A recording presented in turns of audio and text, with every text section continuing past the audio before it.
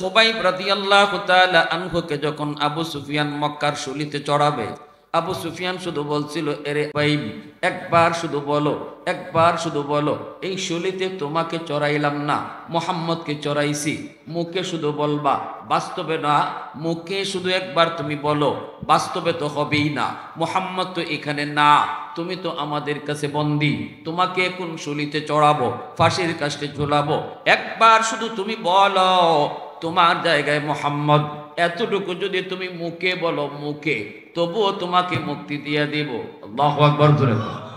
হযরত খুবাইব কয়, বেঈমানের দল, ভালো করে শুনো, কি কইলি তোরা? কইলিটা কি? আমার জায়গা আমার রসুলের ফাঁসি দিবে আর আমি এটা কল্পনা করবো?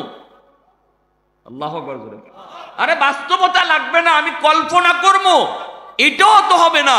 আমার রসুলের গায়ে একটা কাটা লাগবে আর আমি খুবাইব জীবিত থাকবো, এটাও আমি কোনোদিন ভাবতে পারি না।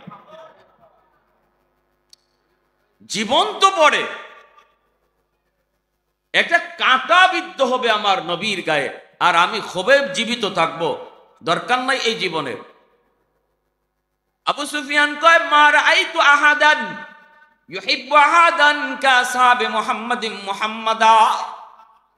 আবু সুফিয়ান তখনই বলেছিল, আমি দুনিয়া জুইরা ভালোবাসা দেখেছি, মানুষ মানুষকে ভালোবাসে, কত ভালোবাসা দেখেছি।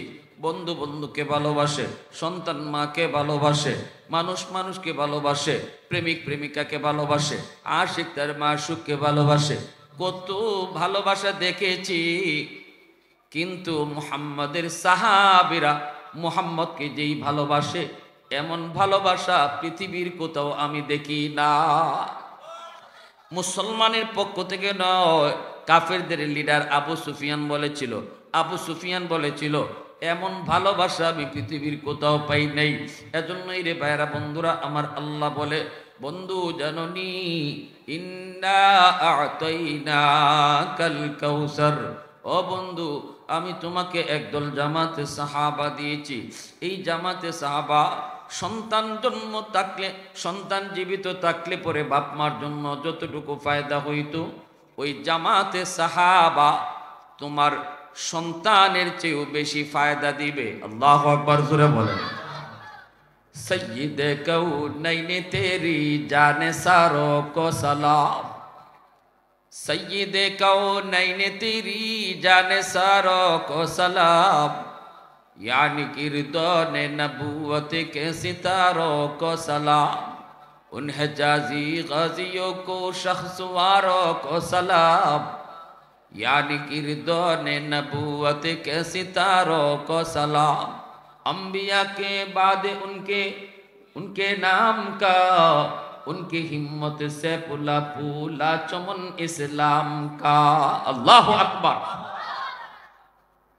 আমার ভাইরা বন্ধুরার জন্য বলছিলাম, এ যুবক নবীজির সাহাবী আমার ভাইরা বন্ধুরা জীবন দিতে রাজি, কিন্তু নবীর গায়ে একটা কাঁটা বিদ্ধ হবে কেউ রাজি না। উহুদের ময়দান, যুদ্ধ শুরু হয়ে গেল। আল্লাহ রাসূল সাল্লাল্লাহু আলাইহি ওয়াসাল্লাম হানজালা রাদিয়াল্লাহু তাআলা আনহুর মাত্র বিয়ে হলো, নবীজি বিবাহ পড়াইলেন, বাসর করে তিনি যাবেন। নবীজি বলতেছেন, হানজালা রে, ও হানজালা, নতুন বিবির সাথে বাসর করে যাও। ইয়া রাসূলুল্লাহ, মন চায় বাসর করে যাই না, উহুদের যুদ্ধে যাই, আমার মন তো বাসর করে যাইতে চায় না গো নবী, উহুদের যুদ্ধে যেতে চায়। নবী কয়, না রে হানজালা, বাসর করে যাও, বিবির, নতুন বিবির হক আছে, তবে কানটা উহুদের দিকে খাড়া রাইকো। আল্লাহু আকবার। কানটা খাড়া রাইকো। হযরত হানজালা নতুন বিবির সাথে পরিচয় হলো, বাসর করে স্বামী স্ত্রীর মধ্যে মিলন হলো। হঠাৎ করে তিনি শুনতে পেলেন, আওয়াজটা শোনা যায়, কাদ কুতিলা মুহাম্মদ, মুহাম্মদ দুনিয়াতে নাই। আওয়াজটা শোনা মাত্রই হানজালা লাফ দিয়ে বিছানা থেকে উঠে গেলেন, তলোয়ারটা লাফ দিয়ে হাতে নিলেন। বিবি সাহেব বলতেছে, স্বামী গো কই যাও? হানজালা কই, বিবি, কানে একটা আওয়াজ আইলো, আমার নবী বুঝি দুনিয়ায় নাই। ও বিবি, আমার নবী যদি দুনিয়ায় না থাকে, আমি হানজালা দুনিয়ায় তাইকে কি করব গো? আমার থাকার কোনো প্রয়োজন নাই, বিদায় দাও। আমি উহুদের দিকে যাচ্ছি, আমাকে এখনই তুমি বিদায় দাও। বিবি বলতেছে, স্বামী গো, ও স্বামী, গোসলটা তোমার উপর ফরজ হয়েছে, গোসলটা অন্তত তুমি করে যাও। কারণ আমি জানি আল্লাহর রাস্তায় কেউ যদি শহীদ হয়ে যায় তখন তারে গোসল দেওয়া হয় না। বিনা গোসলে শহীদের লাশ দাফন করা হয়, জানাজা দেওয়া হয়। কিয়ামতের ময়দানে আল্লাহ যখন জিজ্ঞেস করবে শহীদদেরকে, কি নিয়ে আইছো? কইব, মালিক তোমার রাস্তায় জীবন দিয়েছি। আল্লাহ বলবেন, প্রমাণ প্রমাণ, দলিল দলিল। সাথে সাথে তারা রক্ত মাখা দেখো আল্লাহর সামনে সাক্ষী দিয়া দিবে। এই জামা রক্ত মাখা জামা আল্লাহর সামনে সাক্ষী হিসাবে পেশ করবে আর বলবে, মালিক এই যে তোমার রাস্তায় শহীদ হয়েছি, আমার রক্ত মাখা জামা, রক্ত মাখা দেখো। এজন্য কাউকে গোসল দেওয়া হয় না। কিন্তু যদি কার উপরে গোসল ফরজ হয়ে থাকে, তখন শরীয়তের বিধান হলো তারে গোসল করায়া তখন তোমরা তার জানাজা দাও, দাফন করো। বিবি সাহেব বলতেছি, স্বামী গো, ও স্বামী, তুমি উহুদের ময়দানে যাইতেছো যাও, আপত্তি নাই, আমি বাধা দেব না। আমার নবী যদি দুনিয়ায় না থাকে, আমারও দুনিয়াতে থাকার শখ নাই, আমারও দুনিয়াতে বেঁচে থাকার শখ নাই, সংসার করারও শখ নাই। যাও গো স্বামী যাও, তবে গোসলটা করে যাও। যদি এই যুদ্ধে যায় তুমি শহীদ হয়ে যাও, তাহলে তো কেউ জানবে না তোমার উপর গোসল ফরজ ছিল। তোমাকে গোসল না করায় যদি দাফন দেয়া দেয়, তাহলে তো এটা হয় না। আমি তো জানি তোমার উপরে গোসল ফরজ। এজন্য স্বামী গো, আমি অনুরোধ করি, গোসলটা কইরে তুমি জিহাদে যাও। শহীদ যদি হয়ে যাও, কিয়ামতের ময়দানে আল্লাহর তৈরি জান্নাতে তোমার সাথে দেখা হবে। নবীর সাহাবী হানজালা কই, না ও বিবি, না, এতটুকু ধৈর্য আমার কাছে নাই, গোসল করার মতো ধৈর্য আমার নাই, বিদায় দাও, বিদায় দাও। এই বইলা তলোয়ারটা হাতে নিয়া দৌড় শুরু করে দিলেন উহুদের প্রান্তরে। আল্লাহ কেন কইছেন বন্ধু, তোমাকে একদল জামাতে সাহাবা দিয়েছি, এটা বোঝানোর জন্য শুনাইতেছি, শোনেন। আল্লাহ যে কইছে, বন্ধু তুমি তোমারে সান্ত্বনা দিতেছি, ছেলে নিয়ে গেছি, দুশ্মন তোমারে টিটকারি করে, মজাক করে, মন খারাপ তুমি করবা না। তুমি মনে করতেছো আল্লাহ আমার ছেলে সন্তান নিয়ে গেছে বিদায় তো এরা আমাকেই মস্কারি করে, এতটুকু ঠাট্টা করে, আমাকে নির্বংশ কয়। ও বন্ধু, না না না, মন খারাপ করবা না। আমি তোমাকে মন খুশি করার জন্য বলতেছি, ছেলে নিলাম, জামাতে সাহাবা দিলাম। আল্লাহু আকবার, জোরে বলো। শুনো তারা কি করবে, কি করে, কি করেছে। হযরত হানজালা উহুদের ময়দানে দুশমনদের ভিড়ে ঢুকে পড়লেন। আমার নবী, মায়ের নবী উহুদের ময়দানে নবীর দান শহীদ হলো। নবীজির মাথা দিয়ে এরকম ভাবে হেলমেটটা ভেঙ্গে নবীর মাথার মধ্যে ঢুকে গেল, রক্ত ফিনকি দিয়ে পড়তেছি। ওই অবস্থা শয়তান মদিনার মধ্যে একটা আওয়াজ রটায় দিছিল, কাদ কুতিলা মুহাম্মদ। এটা কিন্তু ইবলিসের কথা। ইবলিসে মদিনায় এই আওয়াজটা তুইলা দিছে, মুহাম্মদ কতল হয়ে গেছে। কিন্তু নবীজি আহত হয়েছেন, নবীজি নিহত হন নাই, শহীদ হন নাই, নবীজি আহত হয়েছেন। এই আওয়াজটা যখনই মদিনার মানুষের কানে কানে পুস্তরি যুবক, সাথে সাথে দেখা যায় নারীরা ঘর থেকে পাগলের মতো বের হয়ে গেল। ছোট ছোট বাচ্চাগুলি কান্না করে করে ঘর থেকে বের হয়ে গেল। যুবকগুলি হাতে যা পাইল তা নিয়েই তারা ঘর থেকে বের হয়ে উহুদের দিকে দৌড়াইতে লাগলো। কেউ ঘরে নাই, মদিনার কেউ ঘরে নাই, সবাই উহুদের দিকে দৌড়ায়। আমার নবী দুনিয়াতে নাই, নবী দুনিয়াতে নাই, আমাদের তাইকে কোনো লাভ নাই, সবাই উহুদের দিকে দৌড়ায়। এইদিকে হানজালা, তিনিও তো উহুদের ময়দানে তলোয়ার নিয়ে হাজির। দুশ্মনকে লক্ষ্য করে বলেন, রে দুশ্মনের দল, আমি হানজালা বাসরগর কুরবানি দিয়ে চলে এসেছি, নতুন বিবির মায়া কুরবানি দিয়ে চলে এসেছি। আমার নবী দুনিয়ায় নাই, আমি একটা বেঈমানরেও আর ফেরত যাইতে দিব না। একটা বেঈমানকেও ফেরত যাইতে দিব না। তলোয়ার ঘুরাইতে শুরু করলেন আল্লাহর নাম লইয়া। ওই তলোয়ারের ভিতরে আল্লাহ এত শক্তি দিয়েছেন, এক একটা ঘুরানি দেন শত শত দুশ্মনের কল্লা জমিনে পড়ে। হযরতে হানজালা অসংখ্য গণিত দুশ্মনকে জাহান্নামে পাঠাইয়া সবগুলি দুশ্মন হানজালার দিকে টার্গেট কইরা ওনার দিকে তীর মারতে লাগলো বৃষ্টির মতো। হযরতে হানজালা রাদিয়াল্লাহু তাআলা আনহুকে তারা শহীদ করে ফেলল।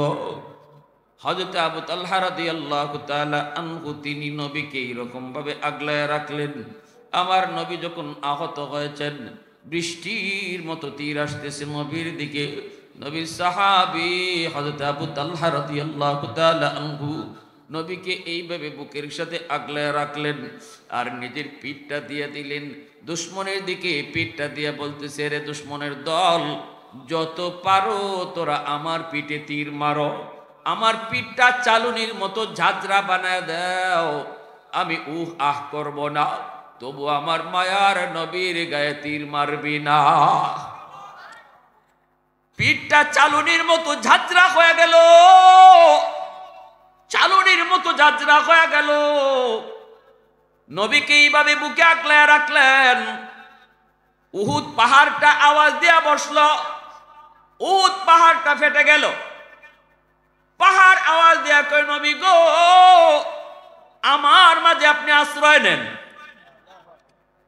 যেদিন উহুদ পাহাড় দেখতে গেছি, আল্লাহ পাক নামাইছেন ওই যে ফাটাটা উহুদ পাহাড় ফাইটা নবীর একটু আশ্রয় দিছে।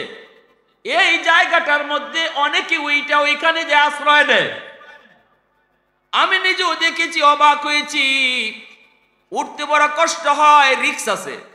পা যদি পিছলে যায় আপনি পরে যাবেন, পরে গেলে আপনার আর খোঁজ পাওয়া যাবে না।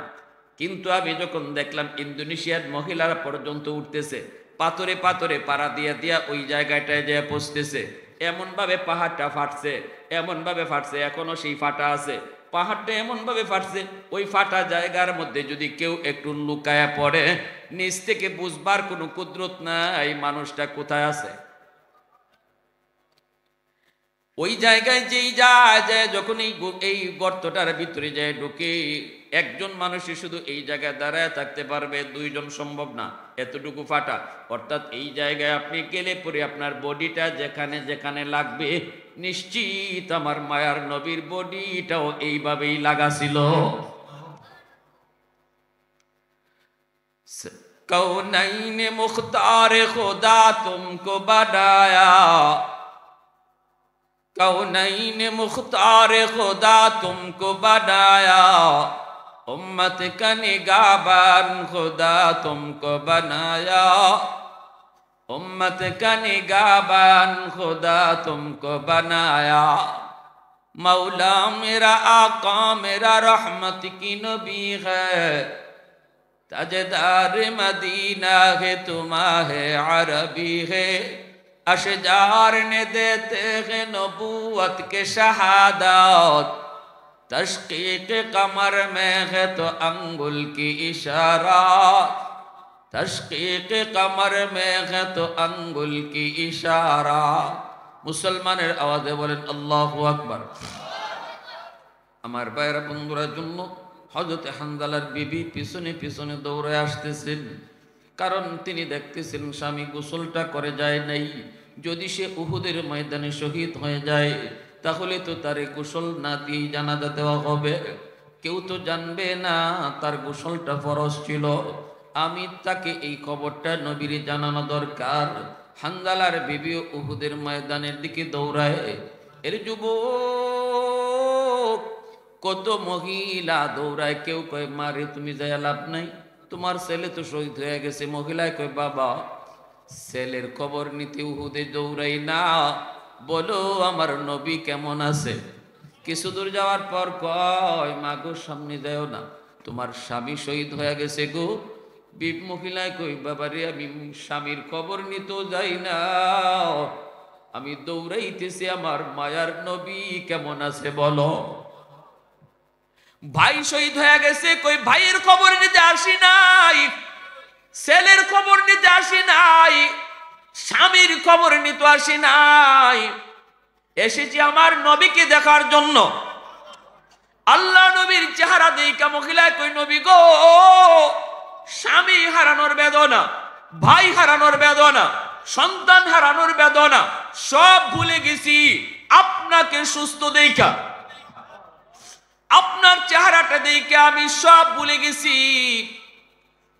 আল্লাহ কেন কইছে বন্ধু, ছেলে নিয়ে গেছি, জামাতে সাহাবা দিছি। আল্লাহু আকবার, জোরে কোন না কেন? ছেলে নিয়ে গেছি, জামাতে সাহাবা দিছি। বিবি সাহেব উহুদের ময়দানে মায়ার নবী, দয়ার নবীকে যা বলতেছে, নবী গো, আমি হানজালার বিবি এসেছি গো নবী। ও গো নবীজি, জানি না আমার স্বামী হানজালা তিনি শহীদ না গাজী, জানি না তিনি শহীদ না গাজী। নবী গো, একটা খবর দিতে এসেছি, হয়তো আপনারা কেউ এটা জানবেন না, জানার কথাও না, আমি শুধু এই খবরটা জানি, বিষয়টা শুধু আমি জানি গো নবী। যদি আমার স্বামী শহীদ হয়ে থাকেন, আল্লাহর তৈরি জান্নাতের স্বামীর সাথে দেখা হবে। একটা রাত শুধু স্বামীর সাথে ছিলাম, তাও অর্ধেক রাত খবর পেয়ে মায়ারা নবী, দয়ার নবী পাগল পাড়া। ওগো নবীজি, যদি আমার স্বামী শহীদ হয়ে থাকেন, গোসল সারা তারে দাফন দিন না, কারণ তার উপরে গোসল ফরজ হয়েছে। এই খবরটা দেওয়ার জন্য আমি উহুদের মাঠে এসেছি। আল্লাহর নবী রহমতের নবী কই, সাহাবীরা উহুদের ময়দান তালাশ করে দেখো আমার হানজালা কোথায়। জীবিতদের ভিতরে হানজালাকে পাওয়া যায় না। নবী কই, তাহলে তো হানজালা শহীদ হয়ে গেছে, লাশটা খুঁজো। লাশ খুঁজে তালাশ করে দেখা যায় সবার লাশ পাওয়া গেল, হানজালার লাশ পাওয়া যায় না। আল্লাহ নবী কই, মালিক কই আমার হানজালা কই? আল্লাহ, আমার হানজালা কই? নতুন বিবিকে বিছানায় রাইখা আমি নবীর প্রেমে পাগল হইয়া যে শহীদ হলো, কই আমার হানজালা কই গো মালিক কও? আল্লাহ পাক রব্বুল আলামিন জানায় দেয়, বন্ধু, তোমার হানজালা যে গোসলটা করা পর্যন্ত তার ধৈর্য ধরল না, আল্লাহর জন্য নবীর জন্য এসে জীবন দিয়ে দিল। আমি আল্লাহ তার শাহাদতের উপর এত খুশি হয়েছি বন্ধু, তার লাশটাকে আসমানে উঠাইয়া ফেরেশতাদের দ্বারা তারে গোসল করাইতেছি। কন্যা সুবহানাল্লাহ, আর একটু জোরে কন্যা সুবহানাল্লাহ।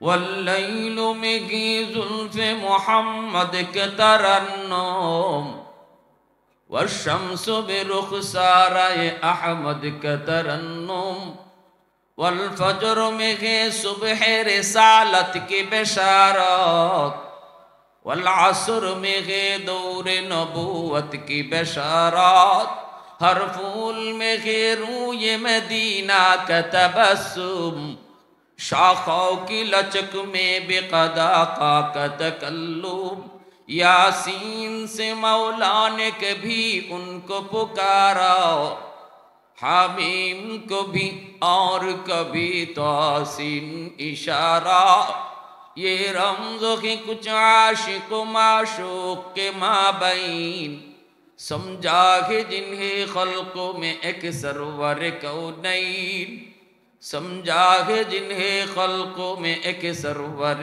कौनैन। मुसलमाনের আওয়াজ এখন আল্লাহু আকবার।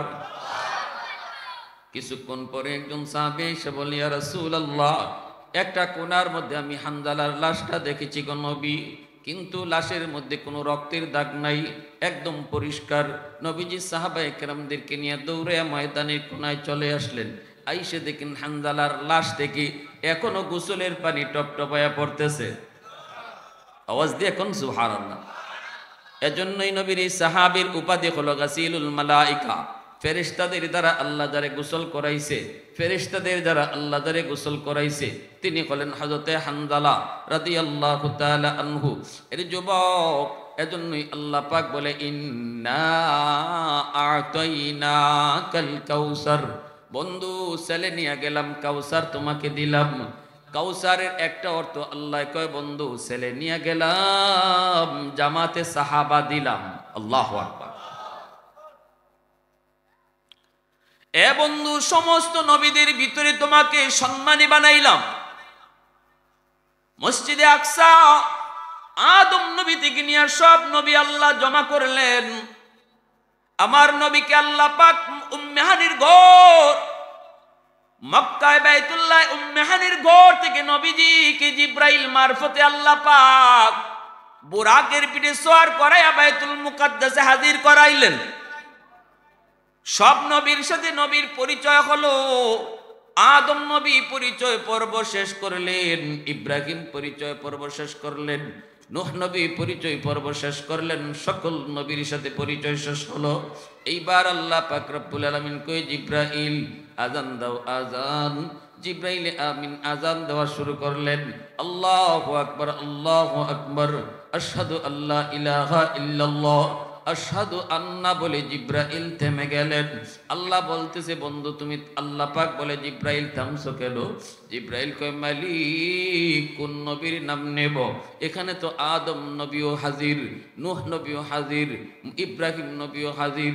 আজানের মধ্যে কোন নবীর নাম আমি নেব মালিক তুমি কও। আল্লাহ পাক কয় রে জিব্রাইল কি প্রশ্ন করেছো? আমি আল্লাহ সকল নবীকে হাজির করেছি আমার বন্ধুর পিছনে নামাজ পড়ানোর জন্য। আজকের এই এত বড় মাহফিল, এত বড় জামাতের, এত বড় মজমার প্রধান অতিথি আমার বন্ধু। আল্লাহু আকবার। আজকে এত বড় মজমা 100 লক্ষ পয়গম্বর আমি আল্লাহ জমা করেছি। আকাশের সম্মানিত ফেরেশতারা এখানে জমা। আজকে জামাত হবে মসজিদে আকসায় জামাত। 2 রাকাত নামাজের ইমাম হবে আমার বন্ধু, প্রধান অতিথি হবে আমার বন্ধু। আজানে তুমি কার নাম বলবা কি প্রশ্ন করেছো? দেরি করো না আমার বন্ধু, মুহাম্মাদুর রাসূলুল্লাহর নাম আজানে ঘোষণা করো। আশহাদু আন্না মুহাম্মাদার রাসূলুল্লাহ। আমার নবী মায়ার নবীর নাম আজানে উচ্চারণ হলো। এইবার আল্লাহ কয় মসজিদে কাতার বন্দী হইতে বলো। সকল নবীকে যে বলো কাতার বন্দী হওয়ার জন্য। সামনের কাতারে সকল পয়গম্বর, জলিলুল কদর পয়গম্বর সামনের কাতারে দাঁড়াইলেন। নবীজিও তিনি সামনের কাতারে। নবীজি বলেন আমি দেখতেছি একদম মিম্বরের বরাবর, মেহরাবের বরাবর জিব্রাইল দাঁড়াইছেন। আমি জিব্রাইলের পাশে দাঁড়াইলাম। জিব্রাইল একামত দেওয়া শুরু করে দিলেন। কাতার সবাই সোজা করে ফেলছে, একামত শুরু হয়ে গেছে। অথচ ইমাম কে হবে কেউ জানে না। আল্লাহর নবী বলেন আমি মনে মনে ভাবতেছিলাম হয়তো একামত শেষ হওয়ার পর জিব্রাইল নিজেই হয়তো ইমামতি করবে। একামত শেষ হলে পরে নবী জিব্রাইল আমিনকে জিজ্ঞেস করে ভাই জিব্রাইল কও না ইমাম সাহেব কই, ইমামতি করব কেডা? সাথে সাথে জিব্রাইল মুচকি হাসি দিয়া আমার আপনার নবীর হাত মোবারক ধইরা কয় নবী গো আজকে এত বড় আজিমুশান জামাতের ইমামতি আল্লাহ আপনাকেই দান করেছে। আল্লাহু আকবার জোরে বলেন। तकबीर में कलमा में नमाजों में अज़ा में है नाम इलाही से मिला नाम मोहम्मद, है नाम इलाही से मिला नाम मोहम्मद। फरमाते ही आदम को मुझे खुंद तरी में लकहा हुआ तू बाब मिला नाम मोहम्मद। महबूब ने कहा सल्ले अला नाम मोहम्मद, आकों की जिया दिल की जिला नाम मोहम्मद, आकों की जिया दिल की जिला नाम मोहम्मद। मुसलमानेर आवाजे बोलें अल्लाहु আকবার। নবীজি ইমামতি করলেন। এইবার নবীজি উর্দু আকাশে গমন শুরু হয়ে গেল। এইদিকে ঘটনা ঘটে গেল একটা। রোম সম্রাটের কাছে নবীজি এই মেরাজের সফরের পর নবীজি আইসে তিনি দাওয়াতের কাছে শুরু করলেন। চিঠি লিখলেন কালেমার দাওয়াত দিয়া রোম সম্রাটের কাছে। রোম সম্রাট কয় মুহাম্মদের পক্ষ থেকে কালেমার দাওয়াত দিয়া চিঠি আইছে। মুহাম্মদ কেমন মানুষ আমার একটু জানা দরকার। দেখো তো আমার রাজ্যে মক্কার কোনো মানুষ আসেনি। খুঁজে খুঁজে তারা পেয়ে গেল, আবু সুফিয়ানকে পেয়ে গেল। সে তো কাফেরদের লিডার। নবীজির সাথে চরম দুশ্মনী। আবু সুফিয়ানকে ধরে বাদশার দরবারে হাজির করা হলো। বাদশাহ কয়, বাড়ি কই তোমার? কয়, মক্কায়। মোহাম্মদ রে চিনোনি? কই, চিনি না মানে? খুব ভালো করে চিনি। কয়, মোহাম্মদ কেমন মানুষ কও তো। এখন আবু সুফিয়ান পড়ছে বিপদে। যদি কয় মোহাম্মদ খারাপ, তাহলে তো এটা একবারে জিতা মিশা কথা। না তুই না, জিতা মিশা কথা কইনি আপনারা? ডাহা মিশা কথা, জিতা মিশা কথা, খারা মিশা কথা। কারণ আবু সুফিয়ান ভাবে আমি যদি বলি মোহাম্মদ খারাপ, তাহলে এটা খারা মিশা কথা। কারণ আরো 5 জন বা 10 জন যদি মক্কার পায়, সবাই কইব মোহাম্মদ বালা।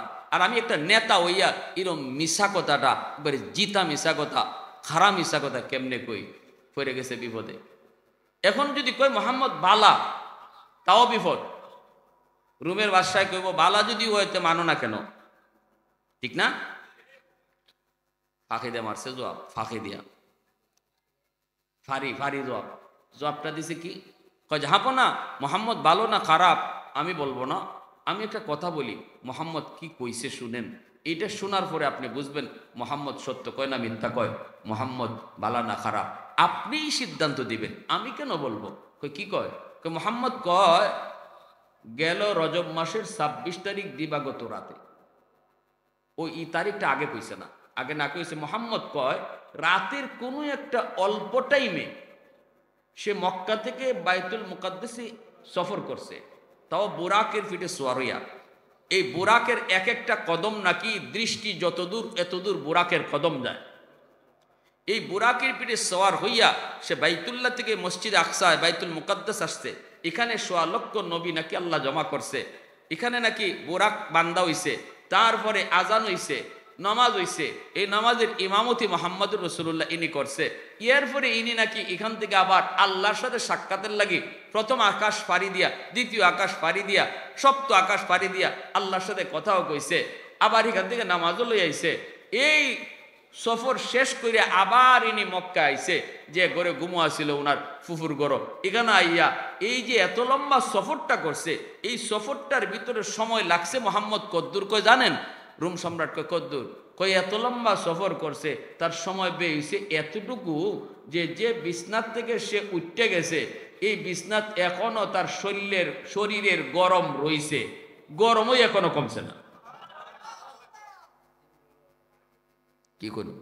এই কথা কোয়া মাত্রই রুমের বাদশা মাথায় হ্যাং মারছে। মোবাইলে হ্যাং করেনি, হ্যাং বুঝেননি, হ্যাং মারছে। ওই কিতা কইলে আর একটু কৌছেন, এই ঘটনা, ওইটা কেমনে সম্ভব? আবু সুফিয়ানকে এই জন্যই তো কইছি, আমি কইমু না, আপনি কোন ইজাত কথা যে কয় সে কেমন মানুষ আপনিই কোন, আমি কেন কইমু? রুমের বাদশা কয় আসলেই তো, এটা তো কোনো কথার কাতারই পড়ে না, এটা কোনো যুক্তিতেই ধরে না, এটা কোনো বুদ্ধিতেই আসে না, সম্ভবই না, আসলেও এটা সম্ভব না। আর এজন্যই আল্লাহ সুবহানাল্লাযী আসরা বিআবদিহি লাইলাম মিনাল মাসজিদিল হারাম ইলাল মাসজিদিল আকসা, আসলেও এটা আমাদের বুদ্ধিতে আসে না, আসবেও না, আমাদের ব্রেইনে ধরবে না, ধরার কথাও না। কারণ এটা মানুষের যুক্তির বাহিরে আল্লাহর কুদরত। আল্লাহর কুদরত যেখানে শুরু হয়, মানুষের ব্রেইন আর যুক্তি সেখানে ফেল করে। এখানে বুদ্ধি আর বিবেক হ্যাং মারবে যেখানে আল্লাহর কুদরত শুরু হবে। আল্লাহর কুদরত কখনো মানুষের বুদ্ধি দিয়ে বিবেক দিয়া এর কোনো সমাধান বের করা যায়? আমাদের চিন্তা যেখানে শেষ, আমাদের মেমোরি যেখানে যে আটক, ওখান থেকে আল্লাহর কুদরত শুরু হয় মাত্র। ঠিক কিনা জোরে বলেন? এজন্য আল্লাহ বলছে, মানুষ শুনো, আমার বন্ধুর ঐতিহাসিক একটা সফর তোমাদেরকে শোনাবো, যেই সফরটা আমি আল্লাহ আমার বন্ধুরই শুধু করাইছি, পৃথিবীর আর কোনো নবীকে করাই নাই। এই সফরটা আমি এখন তোমাদেরকে বলবো, আমার বন্ধুর ঐতিহাসিক একটা ভ্রমণ কাহিনী আমি আল্লাহ কোরআনে তোমাদেরকে এখন শোনাবো। শুনবার আগে সুবহানাল্লাহ পড়ল। আল্লাহ কয় শুনবার আগেও সুবহানাল্লাহ পড়ো, কারণ এমন এক কাহিনী, এমন এক আমি আল্লাহর কুদরত, যেটা তোমার ব্রেইনে হ্যাং মারবে, তোমার ব্রেইনে, তোমার বুদ্ধিতে আসবে না, তোমার যুক্তিতে ধরবে না। এজন্য আল্লাহ ঘটনা শোনাইবার আগেই আমাদেরকে সুবহানাল্লাহ পড়াইতেছে। সুবহানাল্লাযী আসরা বিআবদিহি লাইলাম মিনাল মাসজিদিল হারাম ইলাল মাসজিদিল আকসা। এজন্য আমার ভাইরা বন্ধুরা বলতেছিলাম, এবার শুনেন আল্লাহ পাক রব্বুল আলামিন ওই যে রুমের বাদশার মাথায় হ্যাং মারলো, সবাই তো নীরব নিস্তব্ধ হয়ে গেল, কেউ তো কথা কয় না, রাজ দরবার পুরা নীরব। আবু সুফিয়ান তো মনে মনে খুব খুশি, সে তো জিতে গেছে, সে তো নিজেও কওয়া লাগছে না মোহাম্মদ খারাপ। এমন এক কথা কইছে যেই কথা কওয়ার দ্বারা বাদশার ব্রেনটারও হ্যাং মারাইয়া দিছে। এখন বাদশাহ মোহাম্মদকে ভালো জানবে না। সাথে সাথে এই রাজ দরবারে একজন মানুষ দাঁড়ায় কয়, জাহাপনাও আমাকে একটু সুযোগ দিবেননি। এই লোকটাও কিন্তু মুসলমান না, সে একজন খ্রিস্টান ধর্মের পাদ্রী। সে বলতেছে আমাকে একটু সুযোগ দেন, সুযোগ দেন। কয় ঠিক আছে, সুযোগ দিলাম। লোকটায় তখন বলতেছে, ও আমার আরবি ভাই, একটা প্রশ্ন করব, বলো মুহাম্মদ যেই রাত্রে এই ঘটনা ঘটাইছেন, এই রাতটা কোন রাত তোমার মনে আসেনি? আবু সুফিয়ানকে মনে থাকবে না মানে? এই গেল রজব মাসের 26 তারিখ দিবাগত রাত। এই কথা বলা মাত্রই তখন এই পাদ্রী কয়, জাহাপনা এটা যদি গেল মাসের রজব মাসের 26 তারিখ দিবাগত রাতের হয়, সবে মেরাজের ঘটনা হয়, তাহলে আমি এর জ্বলন্ত প্রমাণ সাক্ষী, আমি এর জ্বলন্ত প্রমাণ, আমি এর জন্য সাক্ষী। কেমনে? কয় আমি তখন বাইতুল মুকাদ্দাসের খাদেম, ওই রাতের ঘটনা আমার মনে পড়ে, সব দরজা জানালা বন্ধ করেছি এশার নামাজের পর, কিন্তু মেইন দরজাটা বন্ধ করা সম্ভব হয় নাই। মনে হয় যেন পাহাড় চাপা দিয়ে রাখছে মেইন দরজায়, চেষ্টা করো দরজা লাগাইতে পারি নাই। এরপরে মানুষজন ডাকলাম, সবাই মিললেও দরজা লাগাইতে পারি না, মেইন দরজা লাগানো সম্ভব হয় না। আমি তো এইভাবেই অপারগ হয়ে চলে আসলাম। ফজরের আগে আগে দৌড়ে গেলাম মেইন দরজা, বড় দরজাটাই তো লাগানো সম্ভব হয় নাই। আমি আল্লাহর ঘর মসজিদে আকসার সামনে যেয়ে দেখি বালুর উপরে অসংখ্য অগণিত মানুষের পায়ের দাগ।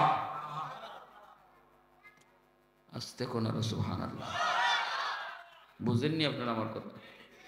মেইন দরজায় গেলাম, যায় দেখি দরজা অটো পানির মতো লাগতেছে। এসার পরে এই দরজা লাগানো সম্ভব হয় না, এই দরজা এখন ধরা মাত্রই পানির মতো লাগে। আমি এখনো বুঝি না। একটা পাথরের কাছে গেলাম, যায় দেখলাম একটা রশি বাঁধা, এই রশিটার মাথায় দেখলাম চতুষ্পদ একটা জন্তুর পায়ের দাগ। আমি ওই দিন হিসাব মিলাইতে পারি নাই ওই রাত্রে কি হয়েছিল। আজকে আমার আরবি ভাইয়ের কথায় আমার হিসাব মিলে গেছে। আরো আসতে কোন, আরো আসতে, তো হিসাব মিলে গেছে।